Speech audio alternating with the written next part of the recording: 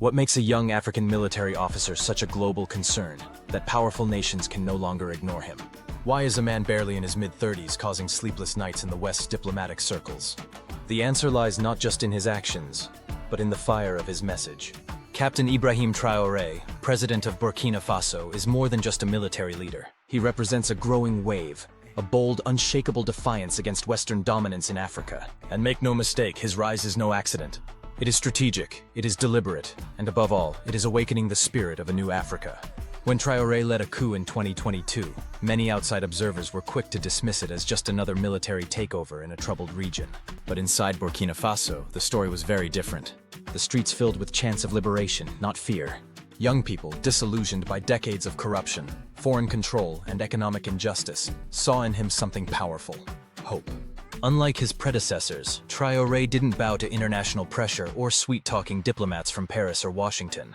He spoke openly, often fiercely, about Burkina Faso's right to chart its own path, to own its land, its wealth, and its destiny. And most importantly, he didn't just talk, he acted. Under Traoré's rule, foreign troops were expelled, starting with the French military presence. Burkina Faso began reclaiming control over its gold and mineral wealth, sectors long dominated by Western corporations. The country demanded fairer deals, transparency, and a redistribution of profits to benefit local communities. But Traoré didn't stop at national reform. He turned to regional unity. Alongside Mali and Niger, he co-founded the AES, Alliance of Sahel States, a military and political coalition that rejects neocolonial influence and aims to create a new power center in West Africa. One not beholden to ECOWAS, the CFA franc, or the economic dictates of former colonial powers. This isn't just policy, it's revolution. Why does this alarm the West? Because Traoré is doing something many African leaders have been too afraid to attempt.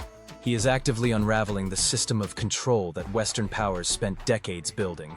The economic traps, the political puppets, the military bases disguised as aid missions. In him, the West sees more than just a defiant voice. They see a potential domino effect. A leader who inspires other nations to reject IMF loans, to nationalize resources, to stop exporting raw wealth and importing poverty. He's dangerous not because he has weapons, but because he has ideas. Ideas that resonate with a generation tired of being exploited. Traoré stands as living proof that an African nation can resist and rebuild at the same time. Of course, leadership like this doesn't come without consequences. Since taking power, Traoré has reportedly survived multiple coup attempts. Whispers of foreign involvement, intelligence meddling, and assassination plots swirl constantly around his presidency. Media campaigns aim to discredit him. Diplomats warn of instability and authoritarianism, while ignoring the decades of foreign-sponsored corruption that pushed Burkina Faso to this point in the first place. But despite it all, Traoré stands firm. His speeches grow bolder. His support grows deeper. His people chant his name not out of fear, but pride. And the more he is attacked, the more his image transforms from a president to a symbol. A Pan-African warrior standing between exploitation and emancipation. The rise of Ibrahim Traoré signals something bigger than Burkina Faso. It signals that Africa is no longer willing to play the role of victim in the global script.